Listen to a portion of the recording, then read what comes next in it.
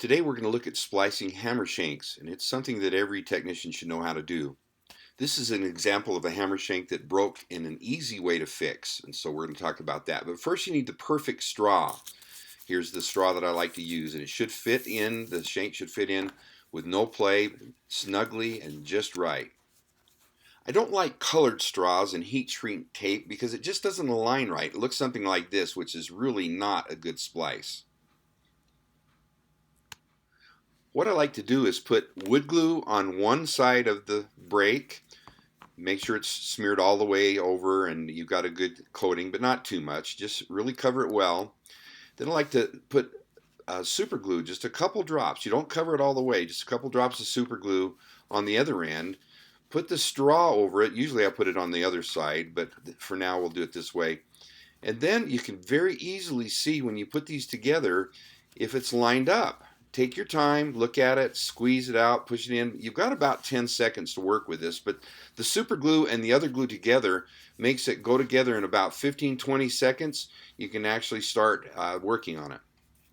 The super glue is the key to this gluing system. It's a hybrid gluing approach because the super glue will make it adhere immediately, so you can now pull off the straw and then sand it, and if you're careful, the glue is still a little bit wet and you sand it really carefully, you can make that sawdust go into the groove and make it look a little better. And that's one of the reasons I like to use a sanding paddle. It's nice and flat. You can do it with your fingers other ways, but that's the way I like to do it the best. Now here's a little jig you can make. You can do it out of hardwood. I did it out of a synthetic material, and you can see it's about 2 inches, 2 1/4, something like that. And it's got a hole at the top so that you can stick that down in the vise. And you can see I have a little loop in there. And one tip is make sure that loop that clamps down on the shank isn't pointed, so grind it off so it's flat. You can do it freehand in someone's home like this. It's not the best way to do it. You can do it. If you have a little vise, it's best to hook it up into vise and you can cut. It's just a lot easier to do. Once you're done, the one end will release, you'll be able to feel it, and you can see that those ends are actually, the angle is quite stark, so you can really have a lot of gluing surface on that. Once again, I'm going to put wood glue on one side, spread it all around, take your time with that wood glue. It's even better if it dries just a little bit. You can set it aside for 10 or 15 seconds.